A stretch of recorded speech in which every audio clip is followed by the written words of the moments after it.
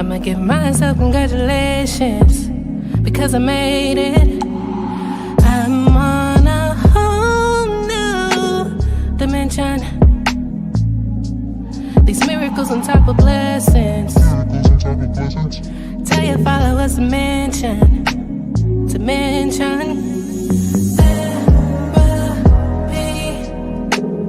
Let me breathe. I'ma count 1, 2, 3. I'm not gonna lose no sleep. I'm on a whole new vibration, not losing my patience because I got my peace.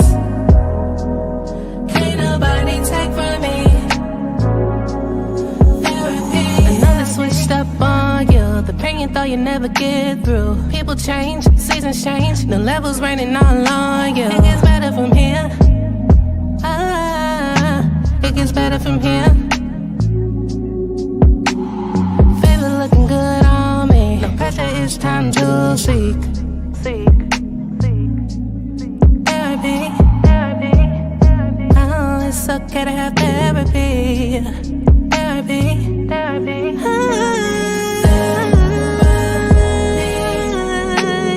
Let me breathe. One, two, three. I'm not gonna lose no sleep. Vibration. Not losing my patience because I got my peace. Can't nobody take from me.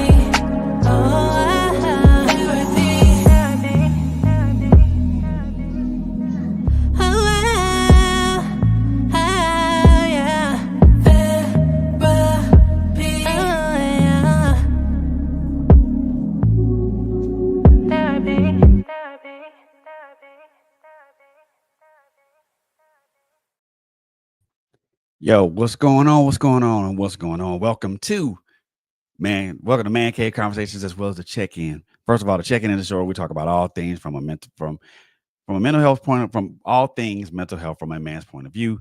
And Man Cave Conversations is about where we as men have actual conversations that heal, that edify, conversations that prompt us to think a little differently and change our perspectives on how we as men, how we as brothers should grow, should build and grow.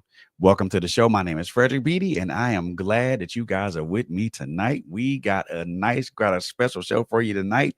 And the song you heard earlier just now is called Therapy by Mookstar Dash. Make sure you check that out. It's currently on YouTube, so check it out. The song fits in the theme of what we're going to be talking about. Before we even get into any of all this, let me just tell you guys, you guys can follow us on our social media channels, YouTube, Facebook. We're also on Instagram. We're also on TikTok. We also have a webpage. Also, you can follow us on.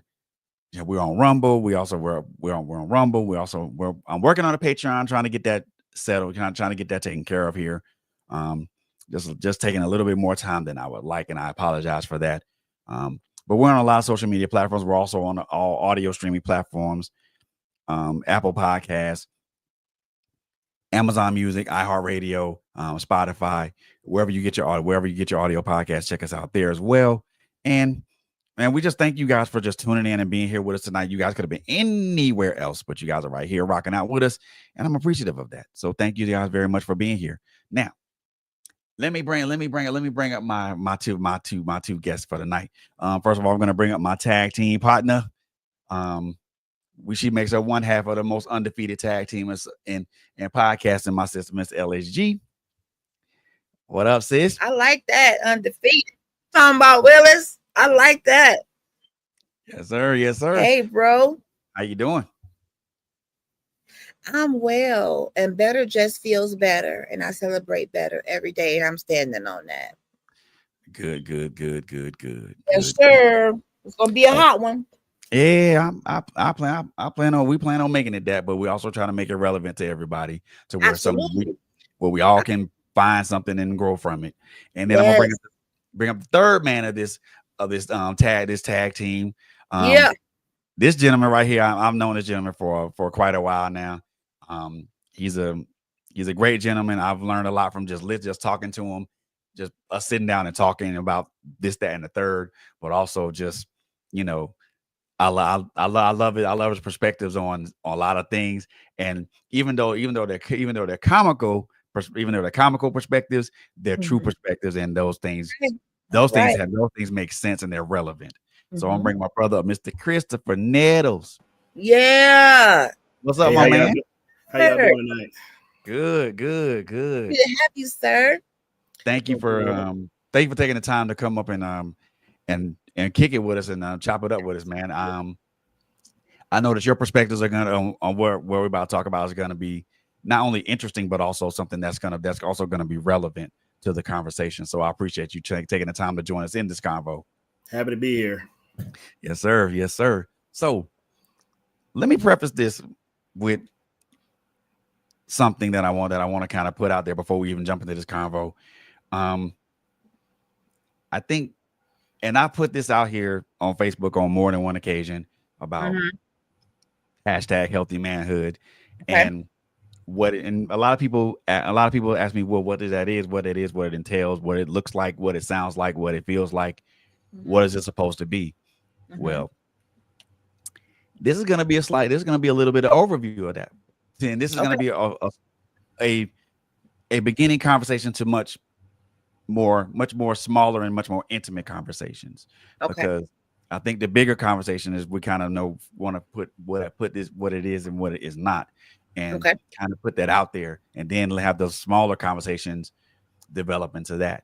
But I've talked about this for probably the better part of a year now, and it's kind of sort of my own thought process, but also something that I think that I believe that all of us as men should live by. Now what I'm saying, what I just said is something that's quite subjective, so everybody will interpret and look at that differently. However, whether it's looked at objectively or whether it's looked at subjectively, I think if you just take it and apply it and learn from it and apply it, I think it can help enrich your life. So let's jump into this thing, man. So everybody talks about what healthy manhood is. I'm going to break it down in something that's a lot more relevant for everybody. For me, healthy manhood is something that involves physical, emotional, mental, spiritual, all these things involved, and I think to me make up the total individual. You know, if you're not sound in one aspect of this, the other aspects suffer, or there's a shortage in another aspect of it. But it goes deeper beyond that too. But and then those things are going to be more intimate conversations, more smaller pockets of conversation. What I want to do here is just kind of throw an overview out there to kind of get everybody to kind of see what this is, see what it looks like, see what it feels like, see what it sounds like. But I want to open the floor to my brother Christopher and Chris and see and kind of get your take on this. What do you think? What do you believe that entail? What do you think healthy manhood entails? And what genre? We talking? We talking now? We talking in the past? What are we talking about? We can speak to the past, but also more to the present. I think in order for us as individuals to kind of find our way, we kind of have to look into the past a little bit to move forward in some ways. Okay, well, if I would say what is health, I don't think there's any such thing as healthy manhood right now. We got the men teaching us, the dads, the uncles, the granddads, everybody teaching us the past way healthy manhood. And healthy manhood back then was go to work, take care of your family. If you got a problem, you need to swallow it. You're a man. That's how you do that. Now, in the past 20, 30 years, we got, a lot of moms were taking care of the sons. That's right. She, in a lot of ways, don't know how to teach him how to be a man and how to do man things the way the past way was taught. Okay. So he is in his feelings. He don't know how to play his feelings. So you got the ones who act out. You got the ones who don't know how to do it. You got the ones that, lash out. So you got young ladies out here trying to teach men how to be what they think they should be. Ooh. A lot of them An don't know what that is. idea. And then there are no dads like it used to be. There's not a lot of uncles, cousins to say, hey, young man, this is what you're supposed to do. And if there is, they're not listening. They're not trying to listen because that's not what's relevant for right now. So the unfortunate part is not a lot of healthy masculinity. And we're trying to get back to that part where we can teach these young men, but it's a struggle. It is for sure. And like you said earlier, and that goes to one of the points. And Chris could probably can attest to this as well. We were introduced to a form of manhood that was not conducive to our growth. We were introduced to a sense of manhood that doesn't even that helped us in one area, but neutered us in another area. Mm-hmm. Wow. And I've said this on more than one occasion. Chris can attest to it. We weren't taught as men we were taught to be protectors, providers. That's it. Where everything else, that's a you problem. Right. Your job, protect and provide. Everything else outside of that, that's a you problem. You deal with that you deal with that somewhere else. And you're right. Like you said, I mean, that's my father and my uncles didn't teach me how to be a man. That was something I had to learn on my own. But that was a push though. That was push. Like once you get out the house, you got to go figure it out, which is the craziest thing because, I have kids. I have 4 children. And the way I look at it, I tell them all the time, I say, well, the state says you're 18, you're an adult. I say, as long as teen is still in your age, you are not an adult. And I need to teach you what you need to know so you don't go out there and screw it up. And I'm going to tell you where the potholes are instead of letting you find them on your own. So there's a hole, there's a hole, there's a hole. Don't step in that hole so you can navigate your life better compared to how we got it was, hey, you 18 now, you got to go figure it out. And we made a ton of mistakes doing that. So to do better within my kids' generation, I give them the game. That's my version of love. I'm going to give you the game. So I want you, when you decide to have children, you decide to get married, you can always fall back on the things that I try to teach you and other gentlemen in my life try to teach you so you can go be better and not make our pitfalls.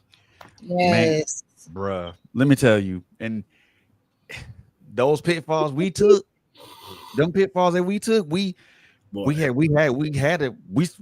to teach our children those pitfalls because we took those, we fell in those bear pits and clawed our way out of those bear pits. And just to tell your kid, hey, look, please don't go this path, because I've seen this path. I fell in that bear pit. I clawed my way out of that bear pit. Please don't do this. And then what do our kids do? They pretty much do the opposite of what we tell them to do, and they fall into the bear pit. And now you're looking at your kid like, why? Just why? Why did you do that? I just warned you that there was a minefield over there, and you walk over there anyway, and okay. And you walk over there and you get blown up anyway. Why? I just warned you it was a minefield there. And like I said, it's crazy for me. And it's crazy for me because, and again, me and Chris talk about this. We don't talk at it. We talk about it. We've had conversations about this. But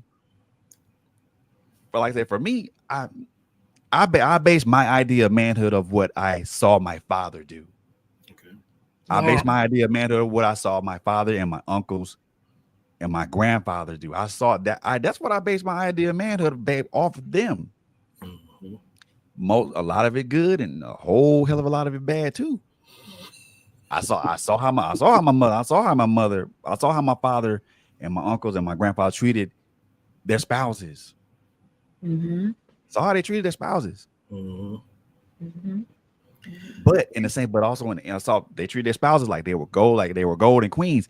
What I didn't see is how they handled certain emotions, how they handle certain situations. Most of the Okay. time, it's just like you turtle up, and never once did I ever see my father share any real emotion. I can't say share any real emotion. I never saw him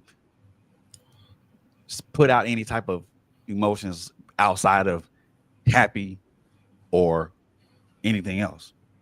Well, that wasn't the deal. That wasn't what they were taught to do. You wasn't supposed you could show your happiness as far as you being, you guys are eating, or you guys are cooking, or hanging out with family, or anything like that. And then if you felt sadness, then you could do that. But that was it. If you were sad, you're supposed to eat that. If you were in a situation of, you really couldn't even be angry.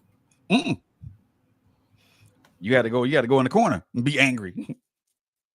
And not even for a grown man. That's what was for the kids. But as far as grown men, you go to work, you come home, you sit, maybe have a beer, you watch TV. So when we got to our generation, we had all the TV shows. So unfortunately, we had TV shows teaching us what it meant to have a particular dad, even if we had access to a dad. My kids, a lot of times, I didn't really have access to my children for a while. So when my kids, I was blessed with 3 girls. I have 4 kids, 1 boy, 3 girls. So when my girls got back around me, they're like, wait a minute, you're not acting the way a dad is supposed to act from what I've seen on TV. That's fake, sweetie. That's fake, sweetie. Let me go on and teach you that that's not the situation. So it was a lot of clash and a lot of back and forth because they're looking at me and then they're looking at what they saw on TV and like, wait a minute, I'm confused. The unfortunateness behind that is mom is not saying, sweetie, this is how your dad is supposed, this is your dad and this is how it's supposed to be. She's not saying nothing. She radio silent. So now they're triple confused because I'm saying one thing, TV saying one thing. And the unfortunate behind that is TV already got them. Because they've had more TV than they had mom and they had dad. So, and most of my kids about grown. So it's still a constant fight of, well, wait a minute, this is what I saw on this show. And I'm saying, no, let me hit you with the reality. Well, I don't like the reality, daddy. Well, life sucks. You might well go on ahead and eat that. Because I'd rather punch you in the face with this reality than you get out there in the world and the world punch you in the face. The world don't punch you in the face. The world will jump you like you're trying to get into a game. And you ain't like, oh yeah, they gon' man. And I've said this on more than one occasion. And the minute our kids enter society's gonna chew them up and spit them out whole. Leave them and leave the carcass for the scavengers to deal with. If that. Exactly. There won't be a carcass. Right. But I do like what Nkosi said. We have allowed society to reduce us to crumbs, and I hate to say this, but a lot of that is mostly, some of that is of our own doing. Some of that. I ain't gonna say all of it. Some of it, because when I say some, it's because again that I take it to the part that we weren't taught. Okay. So that's the some part, but everything else should be everything else should be learn from that and then grow. But then again, yeah, how do you grow when you've been conditioned to operate in a specific manner? Social construct. Social construct. Let's stay there for a second, because I often use this example. You have a little boy and a little girl. They're both on the same bike and they both fall really hard. Mm-hmm. Little girl, oh, my sweet baby. Let me spank the ground. Don't you hurt my baby. Don't you hurt my baby. The little boy, bones sticking out, blood everywhere. Don't you dare cry. Get up off that ground. But who's saying that though? Suck it up. Who's saying that though? Parents have said that. I've heard it. Aunties, uncles, from that old way. I've heard it. Yeah. I can't completely say, I can't completely be against it. And it's not right. You're teaching the young man that crying is weak for you. You can't do it. I know you're bleeding. I know your bone is broken, and you probably can't use that leg no more. But then to her, crying is okay. You're a girl. You can do as much crying as you want. Like, where did that come from? I go a bit deeper with that with you. Yes, sir. Young women, moms, aunties, grandmas, little girls, whatever, they got counseling. They would go in the living room and they would get counseling from a young age, what to do, what not to do, what they thought they should do, what they thought they shouldn't do. The men hung out. Mm-hmm. We hung out in silence. There was no conversation. We might talk about, how you doing in school, how you doing with, do you like girls yet? How you doing with your friend? That's about as much counseling we got. There was no conversation about crying except for, don't cry. When we got older, it turned into, if you're going to cry, don't let nobody see you cry. And I know you were talking about weakness, but, weakness for women is different than weakness for men because our weakness is logical. Their weakness is emotional. So our weakness, if we come illogical with our weakness, it's, like Fred just said, the world chew you up, spit him out. If she's weak, it's about 1,500 people that'll help her. Coddling. It's true. This is true. So this is why the man didn't teach weakness. This is true. But okay, so to Joseph, hi, brother Joseph, thank you for being here. All of you, thank you for being in this conversation because it's much needed.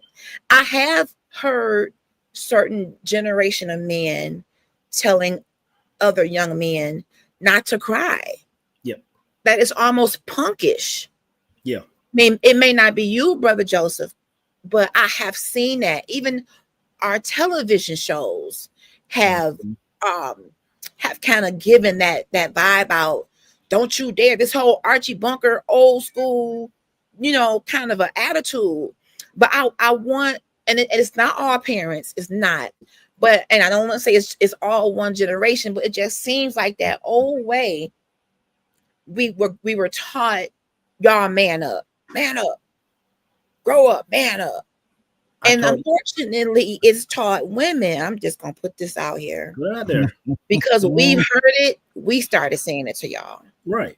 You punk? What you crying for? Right. I grew up in a household. No shade to my mom. I love you, but I grew up in a household with a stepfather who showed his emotion. Shut up that crying. Mm-hmm. None of us could cry. Actually, in my household, none of us could cry. I don't care what gender you were. To my parent, to my mom, crying was an absolute no. It meant you were out of control. You don't have no faith. You ain't saved. You're gonna miss Jesus. You backslide. I mean, K. Michelle said it even more. Just to amplify that, she said if a dude, she says a dude's crying, she acts like she got to act like the man in a relationship, huh? That's messed up. It is, but that's the prevailing thought of some women. That's the prevailing thought. And again, we're not making this about men and women because the minute this becomes adversarial, nobody gets to understand anything. But we need to know as women, and I'm sure there's people out there. Why would I watch that? It's called healthy manhood because many of us as women ain't treating the man healthy. True. How would they know how to? And we don't. We haven't seen or been around or had male relationships that were healthy, we don't know. But at what point do we have to say, I'm ready to be taught? Because if I don't learn, I ain't gonna never have a relationship. Oh, you lean into pride and selfishness now. Exactly. Because I mean, to say that I need help is also to admit that I was wrong in the first place. Exactly. A lot of folk don't want to, men and women don't want to admit they wrong. They rather just eat it and just let everybody be mad. And that's the problem. They take it as a weakness that they said they're wrong. A lot of men, a lot of women, if I got to say I'm wrong and I'm weak in some kind of way, so I'd rather just stay in this form of being tough and just eat it. And it's that ruin everybody. And it starts with man. And it starts, and really that part of healthy manhood starts with accountability and responsibility. You're right. Take account for the things. Take account for the things that you do. You know, if you gotta apologize. You know, if you, I mean, no, seriously, well, I mean, I'm not getting on you. I'm saying I used to teach when I used to help a lot of folks when I was in church and a lot of stuff. Out kids and young folk would say, "I'm sorry" or "My bad." I'm sorry and I'm bad. My bad is not an apology. I would say, "I know you sorry, but do you apologize?" To get you in the mindset of thinking just saying "my bad" or "I'm sorry" is good enough to recognize that you did something wrong. Because you'll say "my bad" and still won't think you did anything wrong. That's true. Exactly. Yeah, that's true. But that's where we got to get back to who's having these conversations, who's teaching, where are the grandfathers, the uncles. We don't have a dining room table no more where people ain't talking no more. We on these devices, everybody in their own corner. There's no, we don't even have Sunday dinners like we used to at Big Mama's table, where we can have discussions and have moments of observation and connection. We don't have that. Nobody, and in some cases, the young folk don't want to hear nothing. No, not all of them, but many of them like, no, because the internet, you can go find more people talking about what you want than what the house wants. So I used to say all the time, talk about that. The reason why we're not having these conversations within the household is the internet got you. You know, internet's the new crack. Everybody on the crack. Nobody's not on the crack. So why would I talk to you folks who not talking anything of what I'm talking about at my mama's house, my grandmama's house, when I can hit the internet and find at least 4 or 5 channels talking about what I'm talking about, and I'm gonna run with that, and I'm subscribed to their channel. I'm gonna put in my 2 cents, and I'll run with that before I run with the house. Right. Exactly. Well, I have a question since you talked about and brought up Fred expressing emotions. To talk about something that's healthy means a version of that is unhealthy. So let's back up. What does unhealthy manhood look like? And is healthy manhood expressing emotions, and is unhealthy manhood suppressing? Yes, I'll say that. It's one is healthy manhood is expressing your emotions in a mature and in a safe manner. You know, there's no need for outbursts of anger, because part of that is unhealthy. A lot of that is unhealthy. Now, it's okay to express anger, but anger has to be controlled. Right. It has to be under some form of control. You know, it also said, when I say this, because we have to be in control of our emotions at all times. And most of the times sometimes when we as men get overwhelmed with things, it comes out in either anger. It can come out in confusion. I know for me, it's anger and confusion, and then also kind of questioning, asking myself questions, okay, you know, or self-defeating, self-sabotaging phrases or attitudes. Absolutely. So we have that. Those have to be eliminated. Of course, it's okay to make a mistake, but acknowledge the mistake and own up to it and learn the lesson in the mistake and keep it moving. You know, right? But it's it's okay to say what you feel in a manner where it doesn't project anger.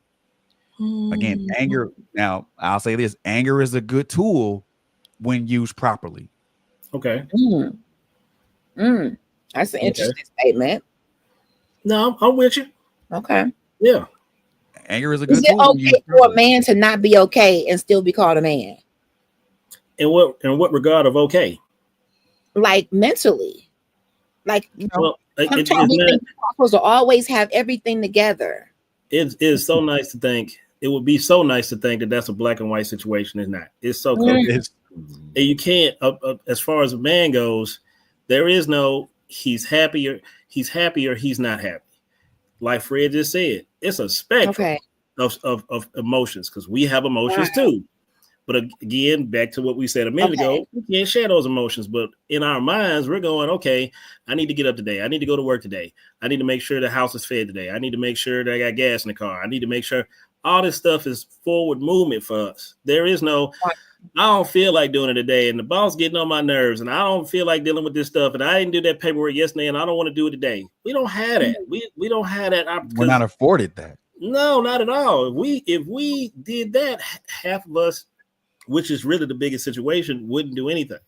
You got those conversations with those men who get on their video game and they're on their video game all day, and she's saying, well, I want you to be a man. Well, he don't know how to do that because unfortunately he might have had a mom that said, oh, it's my baby, that's my sweetie.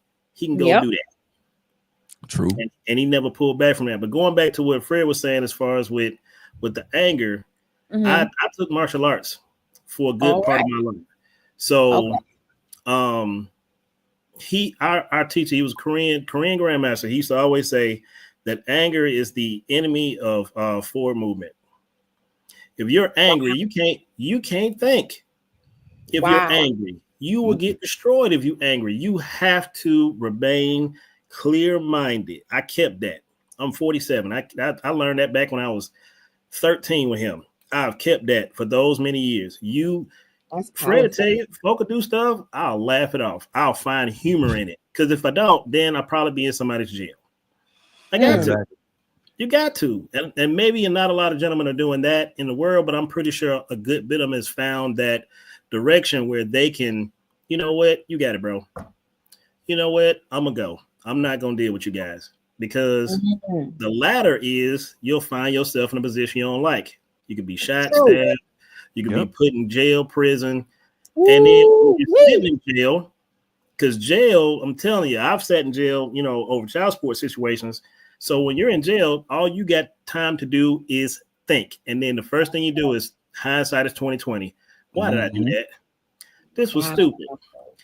And now I got to figure out how to deal with it, how to get out of it. And then if you go before a judge, then the judge see your black face a lot of times. Yeah, we gonna teach you a lesson. We're gonna give you 6 months. Like I ain't got nothing better to do in my life. But exactly. Now the 6 months wasted over something you could have walked off. Yep. But what happens if something has happened to that man in the course of his life? I don't know if men are as open to share some life experiences as women might be. But some things could happen to that man that were so egregious. Yeah. And he can literally be ashamed to even say it because of what people going to say. That's why you act like that. These opinions. They go back to the counseling that we just talked about earlier. Yeah. Young ladies grew up with counseling. They can go talk to their girls. They can go talk to their mom, their auntie. We, for the most part, we have it, but not in that way that the women have it. Because we'll tell our partner sometimes, we'll say, hey, man, you might want to toughen up a little bit. I'll joke about it. Like, you just stick your hands in your pockets and find your balls and then go do what you got to do. I'm good for that. If it's something that, and I'm not belittling his situation. And if he feels comfortable telling me why he's in that position, because I tell people all the time, I'm an open book. You can come holler at me whenever you need to get that off your chest so you don't go do nothing crazy. I'd rather you do that.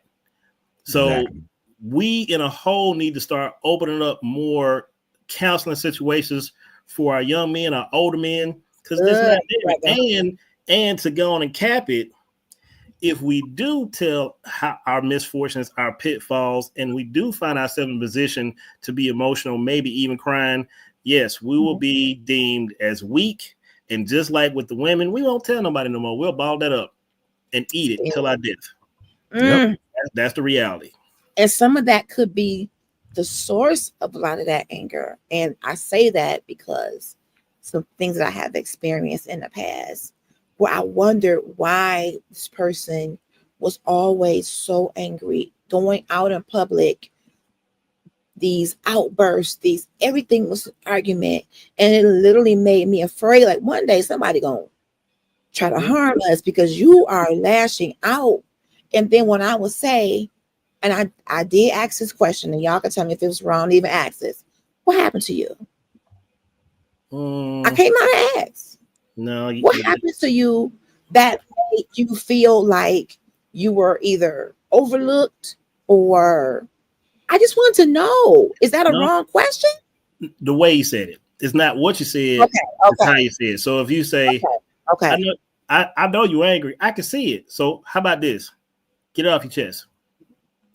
You've been holding it for so long. I'm gonna shut up. And if you just need to hold my hand and cry, I'm gonna shut up and let you do it. If you need to scream, if you need to punch this wall, go ahead, man. Get that off your chest. If you come to him and say what's wrong, a lot of times for us, we don't see that as you trying to help. We that's see it kind of as what I was told too. Yeah. we see that as you trying to figure out what's wrong so you could do our job, which is to fix it. Because that's how we get taught. We're taught. And to be honest, that is what it is. Because in my Mhm. mind and in my experience and what I've been taught, women are nurturers and fixers. We can't fix nothing. Stop telling these young women that. It's okay to be nurturing, but it's not my job to fix everything. That's probably why I'm jacked up now and ain't got no edges. Trying to fix everything. We gotta stop subscribing to that. Right. Only God can do it. He's the fixer. But I want to present it in a way where it doesn't come across like I'm trying to diagnose you, be your therapist, send you a bill. I am team you, and I really want to help, but I gotta watch the delivery. Now you gotta watch God too. Now we'll do that because that's a habit that we picked up from our elders. Okay. So I'm gonna pray for you. You need to go to God with that. Do you know if that person has that relationship? Do you know if that person knows how to have that relationship? Good point, brother. Because we don't talk about it. So we'll say, to me personally, if you say I'm gonna pray for you, that is the biggest blow off. I'd rather you say kiss my ass than say you'll pray for me because it's the blow off. You're not really going into trying to help me. You say, well, I'm gonna pray for you. No, you're not. Go away. That's real talk. Because and to me that's instant. That sounds so insincere. Right. Or it just sounds like you just blowing me off just because you don't know what else to say. Exactly. You don't know what other words to say besides that. And me and LG, me and you have talked about this a whole bunch of times, and this could go this could go towards men and women. The minute somebody tells me that I'm not praying enough to deal with my situation. Yeah. You don't know how many times I've been on bending knee asking God to help me fix this situation. You have no idea. You don't know how many conversations I've had with God about this situation. Right. So, and then everybody relationship with God is different. He goes on bending knee. He goes on bending knee. He just said, I meditate, clear my mind, and let the Spirit tell me what I'm supposed to do, instead of me trying to figure it out. So everybody's thing is different. Come on. So again, the biggest thing is we are still running off the same playbook that didn't work from the 1800s. And unfortunately it's written in pen and not in pencil, because even though the lessons may be the same, the circumstances are different. Exactly.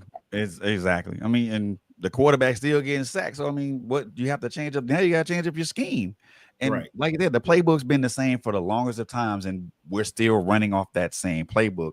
And I'm gonna say this for me, and some of us as men wonder why we're still in the positions that we're in. We wonder why we're still stuck in the same ways that we were in as kids, and we wonder why we still don't have any forward movement as men, and we wonder why we're not emotionally sound, or emotionally sound, physically sound, and spiritually sound as men, because we still following the same playbook, and it hasn't been working.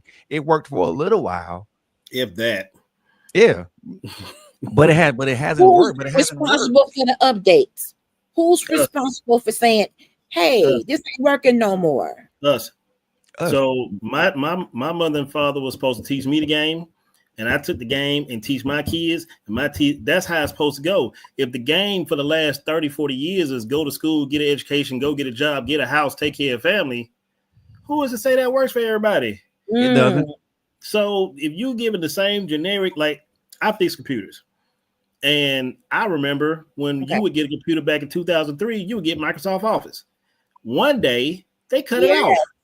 They cut it off, and everybody got stupefied, and nobody was like, well, maybe I should see if I can get it another way. It turned into just pure foolishness, because no one said this is the direction you should go to get this software.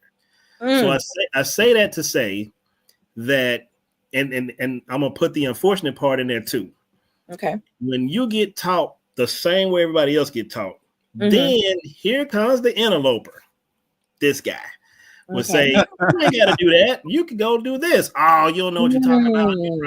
You trying to mess things up. How you know he or she gonna be able to do that? Well, how do you know they're not? Hello. How about together collectively we try? The blueprint been out there forever. The blueprint been out there forever, and we still doing the same thing basically from slavery. Yep. And everybody, and this is one thing that I said, and a lot of people kind of disagree with me in this, but I said, well, if you look at it, it's true. We when we talk about certain things about man, we also talk about being present in the home world for our kids. Yes, things of that nature. Mm-hmm. And I told this one lady that there were more black marriages in the Jim Crow era than it is now. You know what that is. You know what we know we are, but but the point I was making was that more marriages were around. But again, we know the circumstances of that. We know the circumstances of those being present like that. But then we also know the reason. We also know what happened when Zaddy decided to say, "Well, hey, I'll give you this apartment. I'll give you this house under the condition that your husband or your husband or your father, your child's father, is not present in that house. Of course. I'll give you this public assistance, these food stamps, these this welfare, all this stuff, based upon the car. I still got to give you this. I'm gonna give you this, but your husband can't be in the picture. And the unfortunate part of it is that the majority of those women took up on that. Again, I'm not saying this to blame women on what's going on. I'm just putting it out there because it's a factual. And a lot of those men were asked out. They couldn't be present in the home, which means they raised their kids in absentia. And again, now, like Chris said, now you got boys being raised by women who have no idea of what it is to be a man. And a lot, and I'm gonna call a spade here. A lot of those women raise son husbands. Oh yeah. Woo. Oh yeah. Oh yeah. I got called, because my mom. I would say, let me put this specifically. I want this to be clear. I had access to my father. He wasn't in the house. Right. So the game I ended up learning, which actually ostracized me from my community, is I know the man game and I know the woman game. So I get ostracized because I can't be played, or I don't go with the status quo of, you the head, but I'm the neck. So I should be able to tell you what to do. Oh, wow. She hadn't been in a position of togetherness because, as Fred said, what we ended up getting back from the early 1900s till now is TANF and snaps is our what are they trying to give us? What are we trying to get and we can't get? Consolation prize? No, reparations. Yep. That's been our that's why why would we give you money when we've been giving you money since the early 1900s? We just didn't say, here is your reparations. We've been getting it forever. So one, as Fred said, the Zaddy came in. If I need somewhere to stay, if I need food, if I need clothing, I can go to him and he'll say, here you go. But the man got to pay. So here's the hilarious part about that whole situation. I don't know if the panel knows, but that's a grant. All that stuff are grants from the federal government, not have to be paid back. But the states figured out that because they know the men will work, so we'll just get them to pay that back. Oh, if you're gonna be on this stuff, he gotta pay the money back. So that's money in the state's pocket, even though they're getting double money. And then if we lock you up, you get triple money because in the state of Georgia, if you get arrested, that's $275 per inmate per day.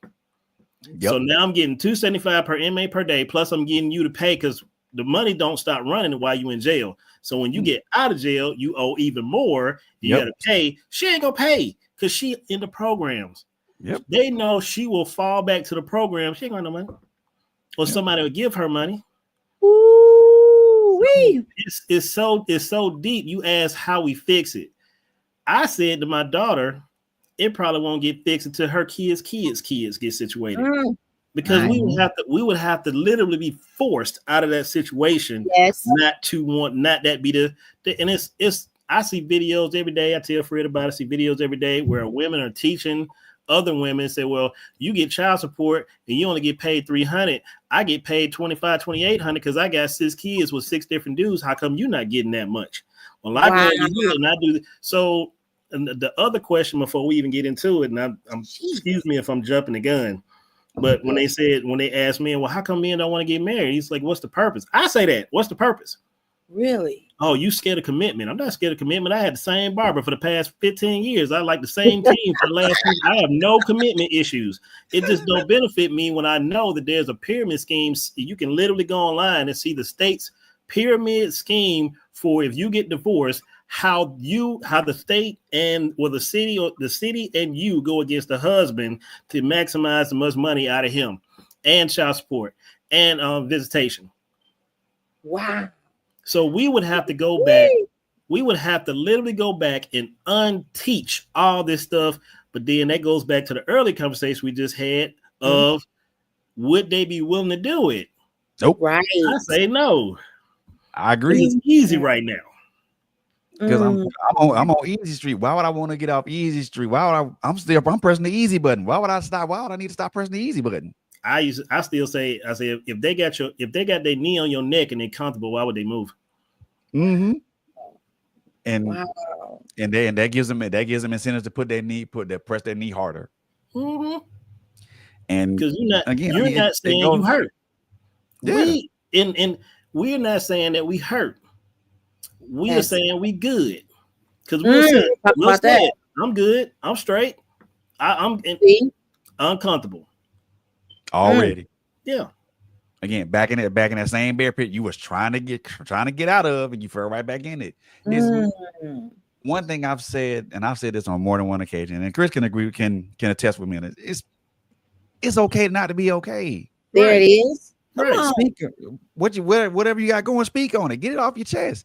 Right. Please. You know, make sure make sure somebody's listening to you and they can be an active listener and help you with solutions. You know, sometimes it's what I found out just in this journey of me, my own journey navigating this stuff. Sometimes it just helps to just let it out. Right. It just helps to just let it out and just whatever that wave of emotion you feeling, just allow that wave to pass over you, because holding it in, you're subjecting yourself to heart attacks, strokes, high blood pressure, all kind of unhealthy stuff. But we don't want to push men to have a John Q moment. Have any of you seen that movie? Yeah. Sometimes stuff come at a brother like a locomotive. Mm-hmm. Sometimes. As women, all the time. I mean, I'm just saying, and to put the part of the woman, and I'm not here to bash women either, but sometimes we can make it worse by and I've been there, just pushing and keep pushing. We even talked about this, Fred. I told him when I have a problem and I want my husband to talk to me, I want you to talk to me right now. I don't want to wait. I want it off my mind, off my chest. I'm not willing to table it. No.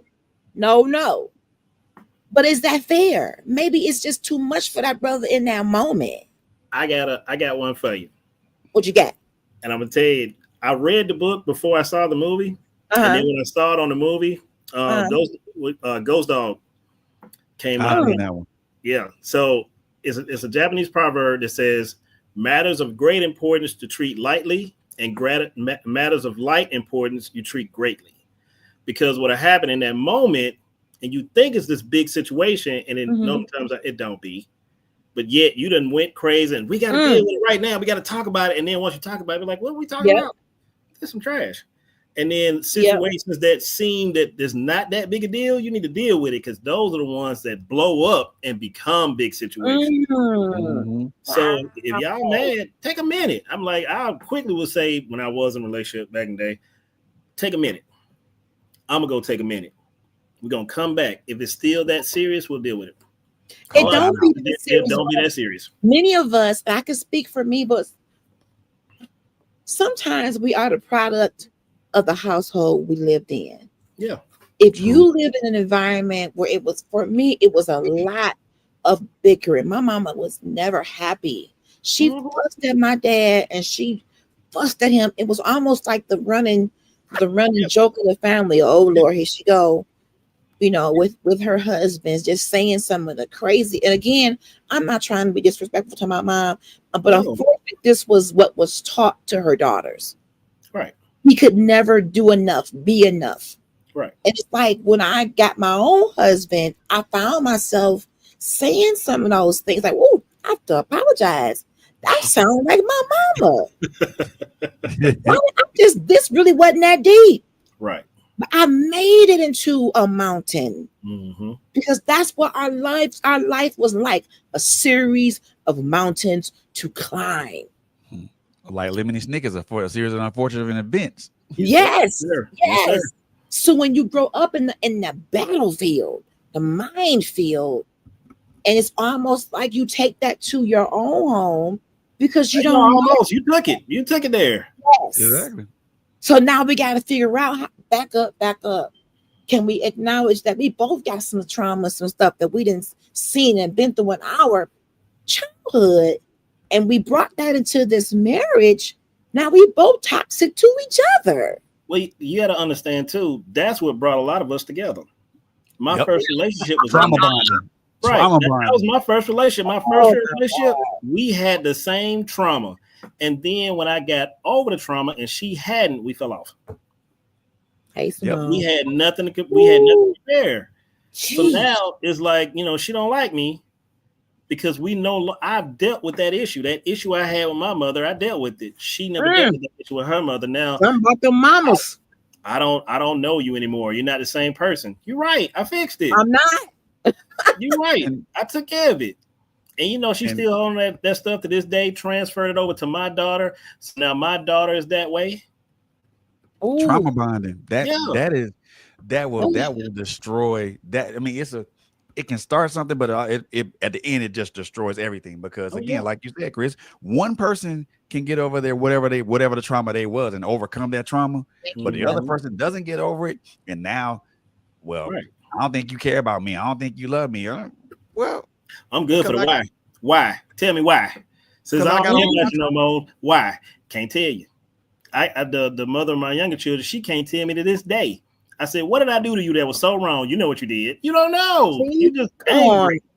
Shrugging your shoulders. You cool because if I learned too, if one day you decide to come off of it and don't be angry, then you realize you just wasted your whole life being mad. Talk about it, brother.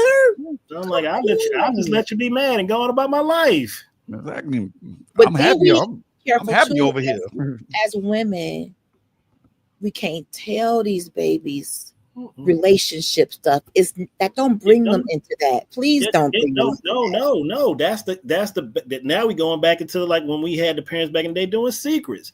You can talk to your kids about relationships. They just don't have to. You don't have to be super. But that negative part. Well, he's not because you're not with them. Now you become a villain because the relationship didn't work. But he's still your daddy. Here's how it should go.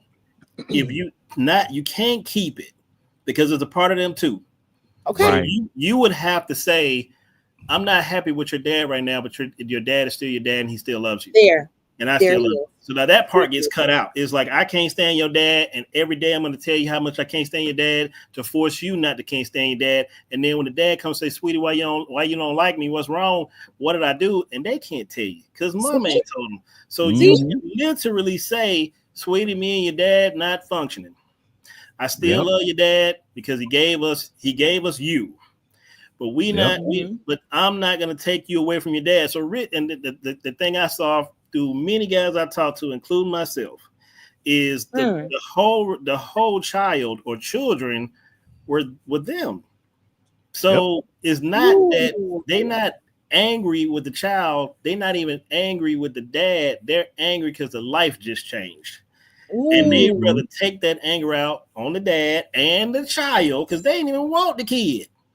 They wanted the relationship, and they thought the kid was going to bring it closer, like television. I'm telling the truth. Exactly. So when that situation ended, now it's just I got a great one for you. I had a physical relationship and be nice online. I'm trying to tell you, I got a mouth. I had a physical relationship with this young lady, and she had a daughter. She wanted the physical relationship. And most men, if y'all are cool with a young lady, you're not going to turn down no physical relationship. The one thing I tell dudes all the time, if you don't want to be with this woman, do not bring her to orgasm because now her emotions are into it. She will believe y'all are together. You ain't got to have a conversation. He made me orgasm and I didn't have to do nothing. Oh, we together, girl. That's my man. And the crazy part is the man might not even know. So we didn't plan a wedding, we didn't send out invitations, we didn't change our name, everything at the court. So we playing a whole life together. We because she had a daughter and I have, of course, have my girls, and they were cool. And she saw me as a surrogate dad. And I would tell her do things and hey, don't make me come see about you and all this other stuff. But I do that now. It don't matter if if I'm situated with mom or not. If I can help you and I can kind of be a dad to you, I'm gonna do that. So when I ended up dating somebody else, I said, hey, we're not gonna be able to do this anymore.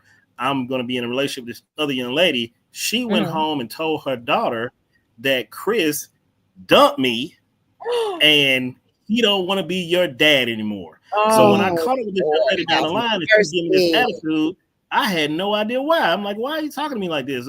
You know why? I had no idea. And when I caught up with mom, I said, why did you tell her that lie?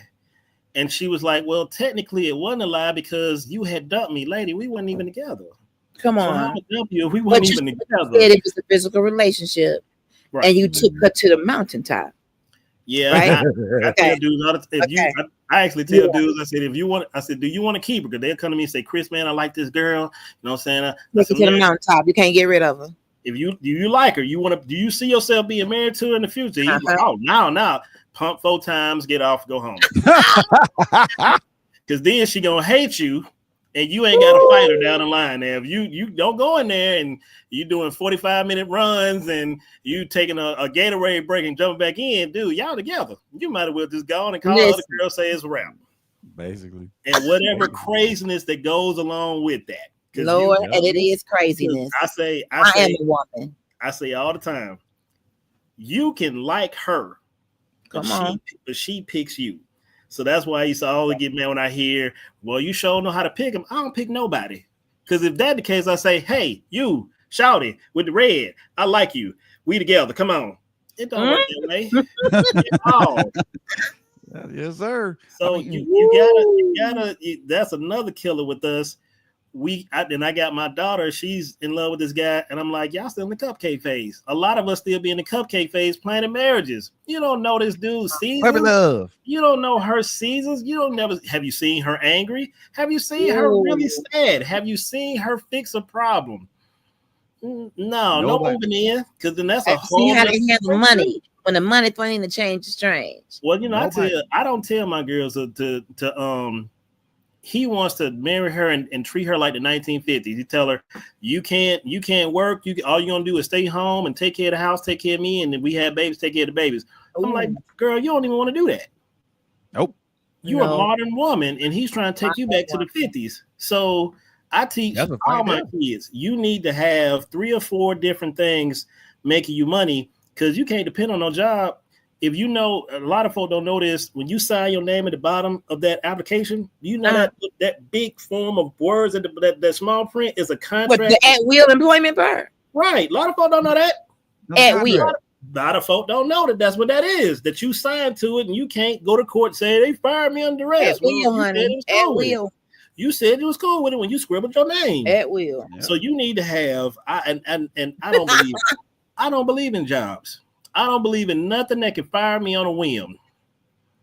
I work for me. I teach everybody around me, you need to work for you. Even if you got a job, you need to have something that when you work for you, so you can situate your kids. You got kids that you teaching them the same crap you learned.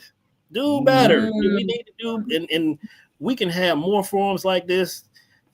listen, I'll be done talk y'all all night. This is good. We need to have more forums like this. We need to have forums to say, and it's a ton of them where it's like, you got a business, you need to do this. You got, you want to get an IUL.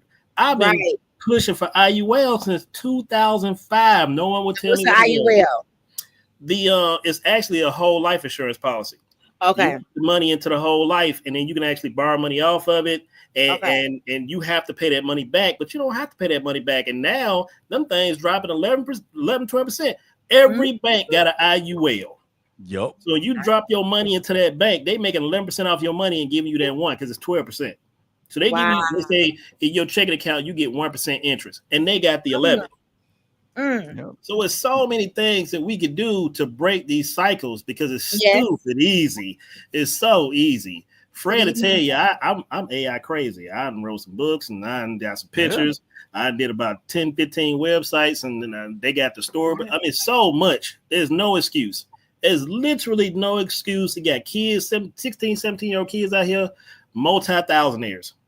Yes. Yep. So there are no excuses, and we need to get on this bandwagon of stop teaching our children the old way. Yeah. Okay. New way. New way. But also to speak on that even further, man. I mean, and this goes back to you and our relationship, Chris. I mean, part of that healthy manhood thing, that brotherhood. Yeah. We gotta have some sort of brotherhood with each other. How can I help you build if we ain't building each other? We're not building up each other. That's it, though. That's it right there. Every time I come around, come in his house. Hey, you said we're gonna sell these computers. We're gonna sell these PlayStations. I mean, and that is that's positive reinforcement. I mean, because for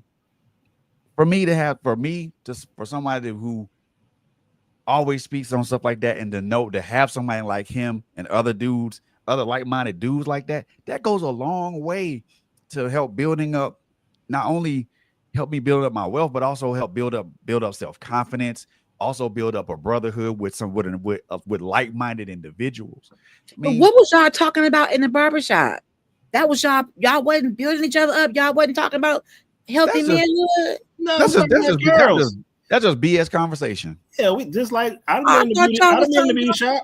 I've been in the beauty shop with the women. The women ain't talking about that neither. You got that right. We in the barber shop talking about baby daddies and and sports. Sports. That's it. Don't push my hairline too far back. There's no commonality in it. There's no commonality in that now. I mean, and again, and for me, we don't have to have a common interest for me to be your brother or to help build you up. All you gotta do is tell me what you like, tell me what you want to do. We'll most definitely talk about it and build towards that. Could just be connection. Yeah, I mean, it's about a common interest. Man, he will see me in Kroger. We'll be in Kroger, and we'll see somebody going through a situation. I'm like, dude, do this, ABC 1, 2, 3. Here's my number. Text me. Don't call me. Too many people call me. And if you have an issue, I'll walk you through it so that way you can go figure it out. Yeah, but I'm not gonna do it because if I gotta do it for you, I'm gonna charge you. But I'll give you the game all day. That says a lot about that's him every day, all day when we're around. And that's something that's something we should start gravitating towards each other. I mean, it's so much toxic competition when it comes to us as dudes, because we always looking over our shoulder trying to figure out, okay, what or trying to check somebody else's pockets. Well, it's deeper than that. I don't care what's in your pockets. It's deeper than that, though. I mean, I don't want to go all the way back to the Willie Lynch letters, but it's still deeper than that, because I do you right here. I say great grandmama was that issue. Yeah. Great grandmama said, baby, don't let nobody, you do on your own. You do by yourself. She pushed it for years, and they collectively pushed that for years. Mm-hmm. So now everybody want to be the chief. Nobody want to be the Indian. So they feel like if they the Indian, they won't make as much as the chief. Everybody want to make the big money, and they love that division. As an Indian first. The killer about the system, and I agree with you. The killer about the system is ain't no the man running the system. The system runs itself. It's just somebody that comes squeak the oil every now and again by maybe a police officer shooting a black male or female. But you know the crazy part about that, you know the officers kill more white people than they kill black people. They just put the black people on Front Street to keep the grease on the gears and keep the thing turning. To keep us thinking that. So yeah, and then two, when you show one person being successful, you show that one person being successful, and then they don't go out and show success to other people. So now you have that mindset of I'm gonna be successful compared to we need to be. Everybody want to gate. Everybody want to gatekeep. Everybody want to gatekeep. I got a question. What's the gatekeep? So, Fred, I got to answer for that. I got to answer that question. I'm listening, sister. Both of you, I want you to answer this for me. So you think about when something is unhealthy. For example, if you're living an unhealthy lifestyle, you're becoming obese, your blood pressure's going up, you got diabetes. What are the indications that your manhood is unhealthy? You fat. Okay. You feel like you're unattractive. Somebody tell you you're unattractive, or come on now, because you know, or even fat dudes, you know, be like, "Hey, girl, come here." You know, I need to holler at you and be super obese, overweight. That don't mean nothing. If you are no longer if your BMI is bad, and Fred works out, I got to get back to my working out. But if you are 5, oh yeah, you 5'7" and you 280 pounds, bro, you overweight. Yeah, ain't nobody checking for you. You know, and we want to be desired too as men. We want women to desire us and want to, you know, and so we got to stay in some kind of shape mentally, physically, emotionally. We got to, because if one thing falter, all will falter. That's true. I mean, and I think a lot of people and people go for the outside appearances. They want a dude that's got the bulging muscles and diesel like that. I mean, and really, honestly speaking, my thing is this: you got all the muscles, but you can't move worth a damn. Hit him with the Matrix. Hit him with the Matrix. What Smith said, using all the muscles except for the one that count. Your mind. And a lot of us as men, and I'm gonna put myself in this conversation too. A lot of us don't utilize our mind when it comes to a lot of things. And I'm gonna say that some of us have been playing checkers the whole time it's been chess. Oh yeah. We've been playing checkers. We've been playing checkers, and the whole time we've been getting checkmated, and we're still trying to get kinged. Exactly, and trying to get crowned. Right. I mean, come on, man. I mean, and it's all it does come back to looking at our environment, looking at where we. I mean, we can't. I'm never gonna say that I'm a product of my environment. I'm a product of my thoughts and my actions. Yes. Okay. Because my actions are gonna be what dictate. My thoughts are what's gonna dictate my actions, and my actions are gonna dictate what my consequences are. Right. Okay. That's good. Because anybody that says they're a product of their environment, you just told a whole bald-faced lie. Yeah, but that's you can be word though. That's you remember the C word. Yeah, you remember the C word. You're comfortable. Oh, most definitely.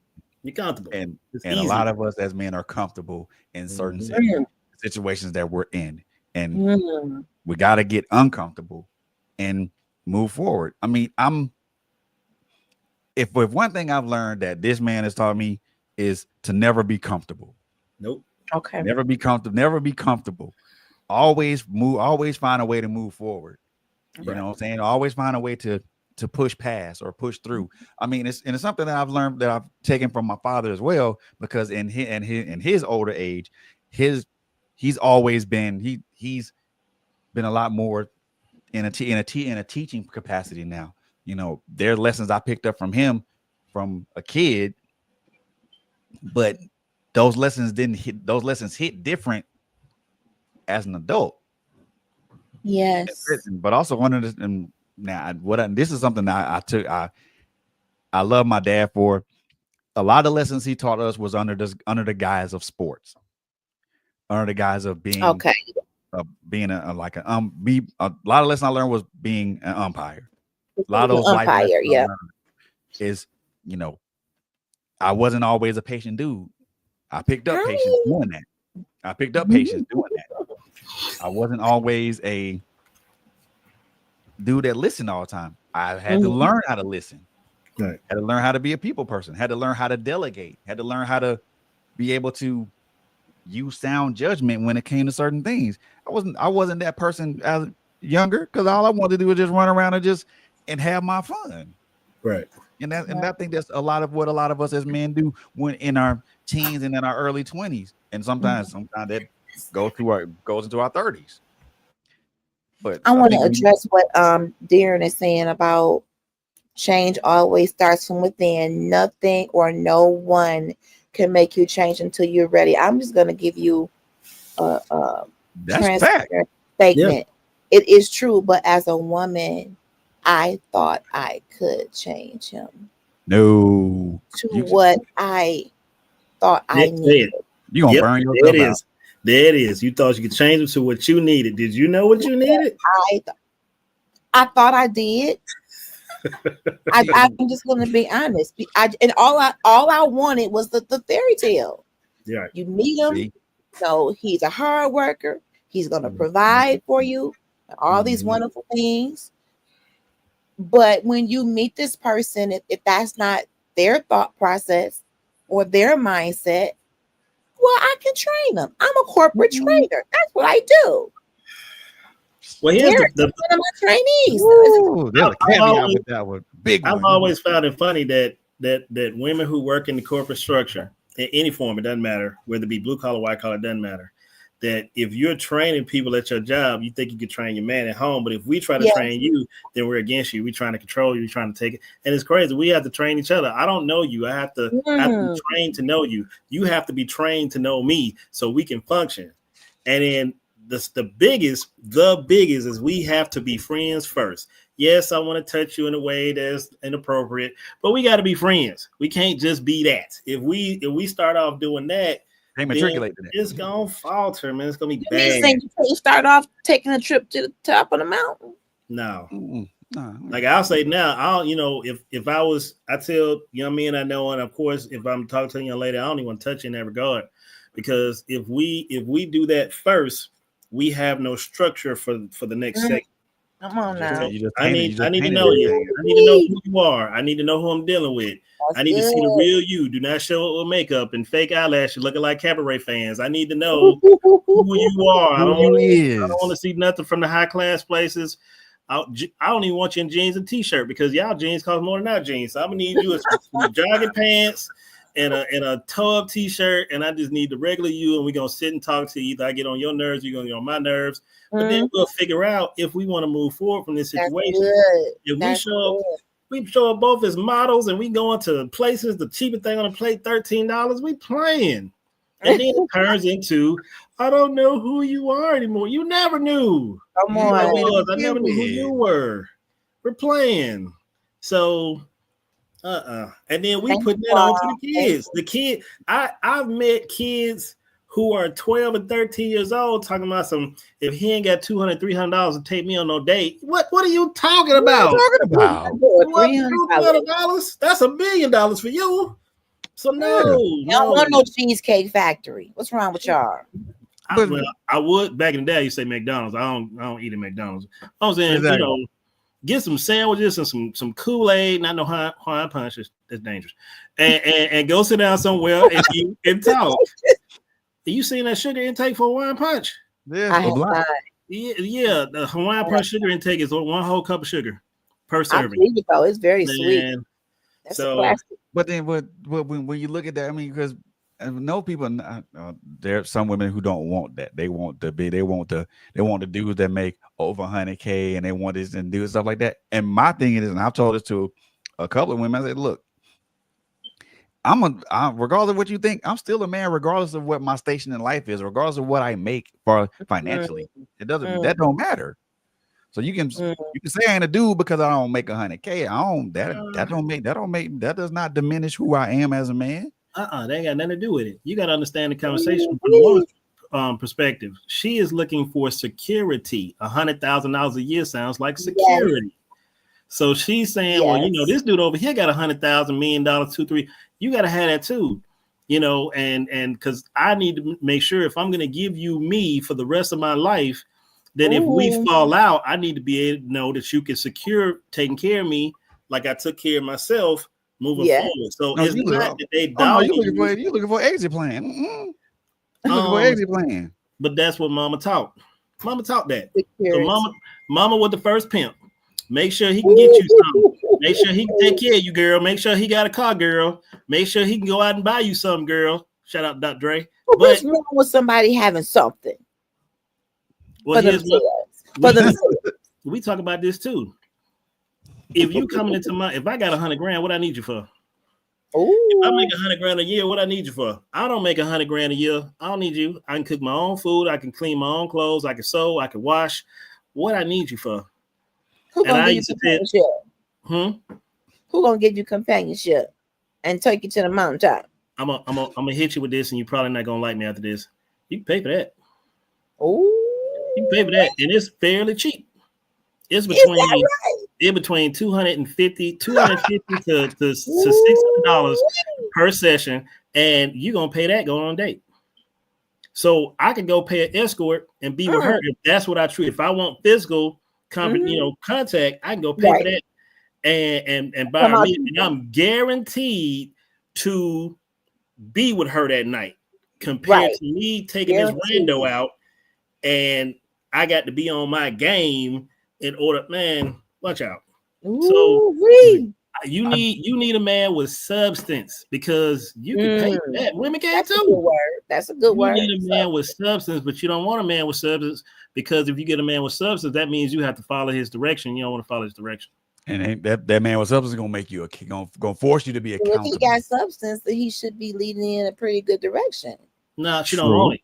She don't want it. She don't want that, because that means she can't do what she want to do. So that's why she'll get with that dude. Michael B. Jordan fine, and he in shape and all this stuff, and that's probably all he got going on. So, and then once you really learn him and learn that he ain't really got much going on, and you want to give everything to him for him to be, he got to have that ambition to want to do it. And he'll have that ambition outside of you. So when he always gone and you think he's hollering at some other girl, that man busy. I just tell it, I can't hang with you. I'm busy. I got stuff to do. If you want to come help, I will teach you the game, and you can come help, and we can build together. But if you just want to lay up under me and do nothing, I ain't got time. I got time for you. And see, you gotta build. It starts. You gotta build something. Good. I mean, why would I want to come to a house that's already built? Well, no, because you're not a woman. That goes back to being comfortable. That goes back to security. Right. So if I come to the house that's already built, I ain't got to do nothing, because I don't really want to do nothing anyway. Exactly. I'm gonna be lazy anyway. So you got those rare women who is really the killer is this. You got men who are chasing women that don't really want them, and you got women who are chasing men who don't really want them. So those good men and those good women are chasing men and women who don't really want to do nothing. But like you said, Fred, they look the part. So me personally, out of all the relationships I've ever been in, because I got a friend of mine, he kind of chumped me off. He's like, "Oh, you just want women to chase you." No, I don't chase nobody who don't chase me back. What's the purpose? So if I'm chasing you and you chasing him, then I'm just running after you. We're not doing nothing. We're wasting each other's time. And then when she tells you no, because y'all women got them facial expressions. Well, I come up to a woman, I say, "Hey, sister, how you doing today?" "I'm fine." She just told me she don't want to talk to me, and I don't need to talk to her further. Because if you push it, then she's trying to figure out how to make money off you. Well, let me see if I can get some money out there, dude. Is that what we doing now? Yeah, that's been going on for years. A lot of us hadn't been taught. I told you I got taught by mom, and I got taught by the women, I got taught by the men. So the women taught me this, and that's why I'm not liked. Because I see it and I can't get played. So we need to teach our men. So once we teach our men how not to get played, then women ain't gonna be able to play them, and then it's gonna have to come on an even playing field at that point. But now women can still play the game and get what they want out of these dudes. And you want to call them simps? They're not simps. They want companionship like anybody else, but they don't know the game. Nope. And you got 20% of men having sex with 80% of the women. That's why you got the passport bros and all this stuff. I'm sure if I could go out of the country and find me a woman who wants to be with me genuinely, who want to be with me genuinely and want to give me everything that I was taught I was supposed to have, a loving family with children. Yes. I'm gonna go. Why am I gonna fight you when you're fighting me so you can get a Birkin? You can't spell Birkin, and you want a Birkin bag. But get mad when dudes decide they want to divest and say, "Well, I'm going over here." Well, you and it goes back to, well, you're not treating me like I'm supposed to be treated as a man. You're not showing me respect. You're not showing me loyalty. You're not showing me things you deserve. Things. I mean, who taught them? Their moms. No, what the young men were taught by older men how to treat a woman. Right. Young girls got taught by older women how to accept treatment, not how to treat a man. So my daughter was both of my daughters was mad about Valentine's Day, and I hit her with something that she wasn't even ready for. Here we go. Do you want him to be romantic? Are you romantic? Oh, do you know how to be romantic, or do you know how to accept romance? Exactly. So they've accepted different romance situations from other men, so they have the mindset on what they're supposed to accept, not knowing how to give. So men give on these days, and then the issue that I find for men is they don't put their foot down on what to accept. If I'm going to take you to steak, don't try to take me to Burger King on my day. I'm gonna cut you off. I'm gonna cut you off. Talk about that one. I'm not gonna buy you no $30 big stuff teddy bear, and then I get that same box I've been getting from you for the last couple of years.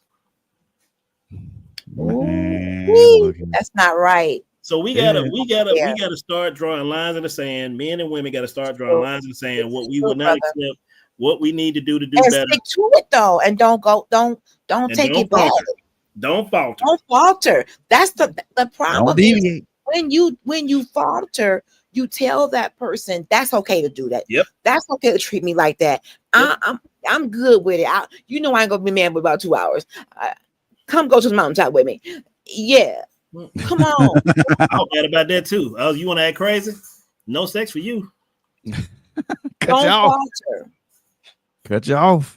Because if I don't, then you think it's like you just said. You'll think it's okay. That it's right, and you perpetuate that foolishness. Yeah. Yep. Foolishness. Man, I got another question. I got to get off here. Yeah, we're gonna get out of here anyway. So now that you have started this series, what is the objective? I know you have man cave conversations, and I invite all the brothers I know to that. But it seems like sometimes the brothers don't feel as though y'all need each other. Well, we talked about it. The biggest thing that I think we should do, this is my opinion, because I don't push it the way it just got to be, because it always can be better arguments for direction to go. And it's still in the direction of forward movement. We have to get away from talking about the same things we're talking about, and we have to talk about the actual factual forward movement. So to say that, I'll say, I had a program that I wanted to push, and I'm still going to push, where we will help you get started. We will put the money into you getting started. We'll give you counseling. We give you the mentorship. We give you the help. And if you don't want to do it, we'll buy it from you to keep it going if it makes sense. So you can go start something else. Okay. So, and we don't want nothing from you except your success. So that's another thing too. We always got our hand out. I took care of you. You should be. I knew guys would say, Chris, I'm going to help these dudes start a business, but we're going to take 25% of his earnings. Why would we do that? That is crazy. Why are you doing that? What? No, we don't need to do that. I mean, because we could actually collaborate together and we can make money together. We ain't got to take from each other. So, in that being said, we need to cultivate things that don't even come across that we'll take from each other. Because that's the other big. We got to get rid of the hustlers. No more you can hustle in your situation, but no more hustlers, because hustlers really is singular.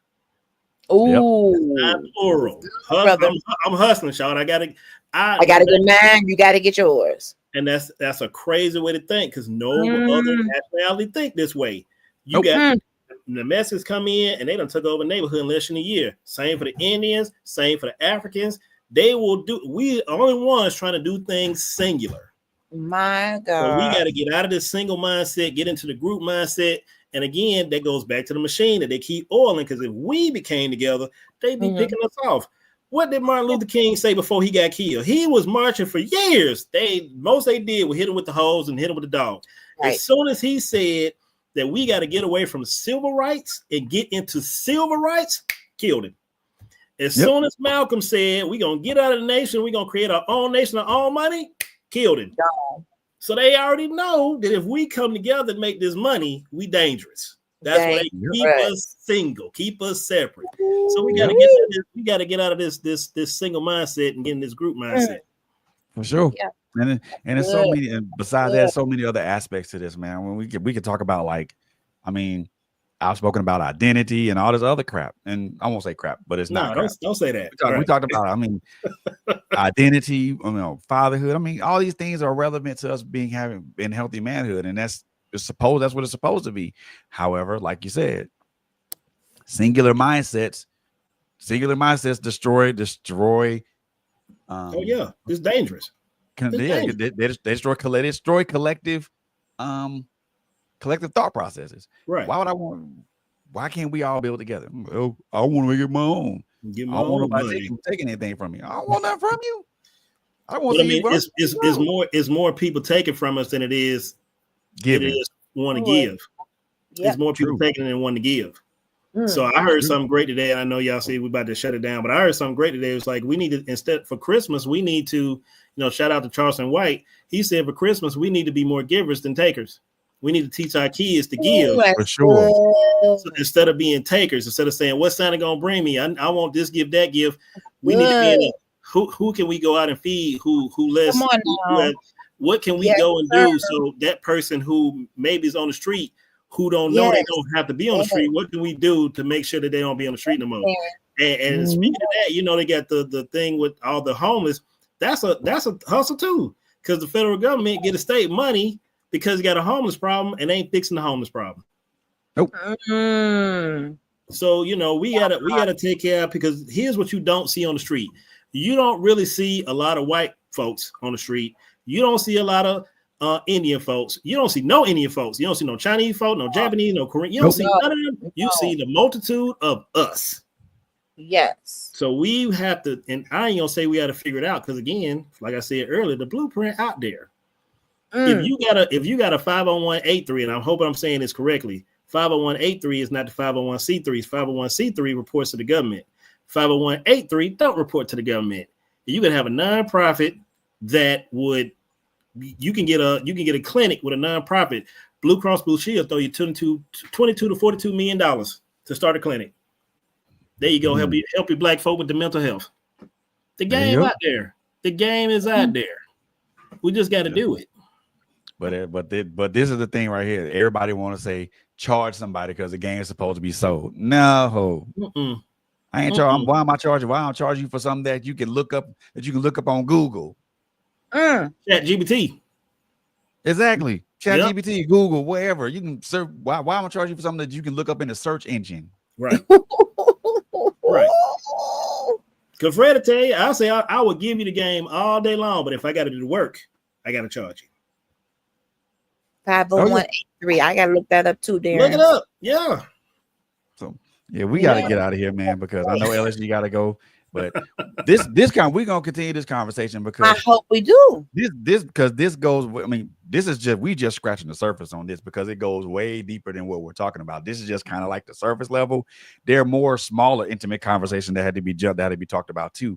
The emotional part of it, the spiritual part of it, the physical part of it, and then we talk about identity and things of that nature. There's so many facets to this that I'm most definitely gonna pull out more things too, but. Before we get out of here, first of all, I want to thank my brother Christopher Nettles for being here tonight, man. Look, as always, bro, man. You always light it up, man. And I am appreciative of that. Number one, I'm appreciative of your brotherhood. I'm appreciative of you being a friend to me. I'm appreciative of you being a brother to me. And I'm I'm grateful that our paths crossed. Always happy to help. Always happy to be here, man. that always humble, man. Always humble as always, man. I appreciate that. And then my tag team partner. Well, now this is a 3-man tag team. Yes. Our other tag team partner, LSG. Sis, I appreciate you for tapping in with us and Absolutely. and adding that female part to the conversation, but also asking questions because I took notes. I ain't playing.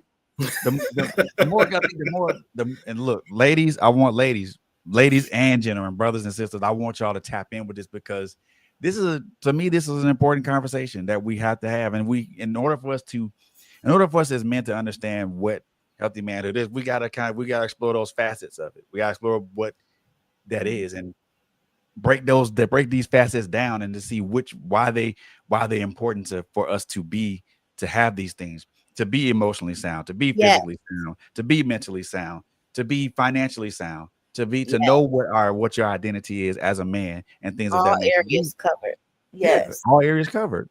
Yes. And we did this in a civil way. Do you all see we can have these conversations without screaming at each other, without being rude to one another? We don't have to necessarily always agree on every point, but we must have mutual respect at the end of the day. We must. Thank you, Darren. Thank you, all of you in the comments, lighting them up. Thank you all. This is amazing. And it's that mutual respect that will keep moving that needle forward. Mutual respect. Yes. And your opinion is not wrong because it's your opinion. I put that out there all the time. Exactly. Good. Man. But we can get up out of here. LSG, so just to do some announcements real quick, LSG she's doing a replay on this coming Saturday at 5 p.m. So make sure you guys watch out for that. Yes. Are you coming back live again this week or the following week? I'm thinking I'm coming back live because I started a series called See What Had Happened Was. Oh man. We really had a good time talking about just some real life stuff, and it felt good to just sometimes talking really is therapy. Just talking through situations and getting other perspectives. So I may go back to that. We are gearing up for the big event, December 15th. If you all have been watching the youth podcast, The Verge, we're doing an in-person one for the end of the year. We are working with the Rewrite the Vision Youth Empowerment program. We're teaching our youth how to have a vision for themselves, branding themselves, amplifying their voices through podcasting, self-defense, how to combat bullying, with so many things. And the end of the year is going to be in person. So we're inviting you all to come and have dinner with us, get to know the young people. This is one of my passions, to help young people discover who they are and stand in it and enjoy it, because they're so smart, and these young people are smart as a whip, and they need us. They need the village. Where are the villagers? Calling all villagers. We got to come back with that. Right. Church mothers, grandmothers, villagers, uncles, the lady on the corner, whoever, that whole block club is come on. We got to help our own. Okay. Yep. That's what we got to do. So that's December 15th. And this Sunday, I'll be with the forgiveness coach at a holiday pop-up. I'll put the information in the chat. I am a whole paparazzi jury consultant, so I'll put that in the chat. And Power Hour is now Power Hour Live, and it could be any day. We're doing business principles. We're not just having it on Monday. We're going to move it around. And we're talking about customer service, going back basic to customer service, how you treat people. If you want to be a business person, how you make people feel. I will travel across the galaxy to get to you and pass 200 other folks who make what you make because of how you make me feel. So we're going back to that. But that's it for me.